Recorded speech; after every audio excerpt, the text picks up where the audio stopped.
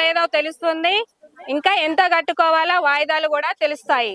ఐదవది ప్రతి నెల పాస్బుక్ బుక్ కీపర్ తోటి బుక్ రాయించుకోవాలి. పాస్బుక్ ఎప్పటికప్పుడు సభ్యురాలు రాయించుకోవాలి. మా దగ్గర పాస్బుక్ ఉంది, మీ దగ్గర? మీ దగ్గర ఉందా సభ్యురాలి వ్యక్తిగత పాస్ పుస్తకం? లేకుంటే వెంటనే మీ సంఘం నుండి పొందండి. మీరు వ్యక్తిగత పాస్ పుస్తకం కలిగి ఉంటే అందులో మీరు చెల్లించిన పొదుపు, అప్పు, వడ్డీ, జరిమానాల వివరాలు నమోదు చేయబడ్డాయా ఒక్కసారి చూసుకోండి. నమోదు జరగకుంటే వెంటనే మీ సంఘం లీడర్ల ద్వారా చెల్లింపుల వివరాలు నమోదు చేయించుకోండి. గుర్తుంచుకోండి, మీరు చేసిన చెల్లింపులకు సాక్ష్యం వ్యక్తిగత పాస్ పుస్తకం.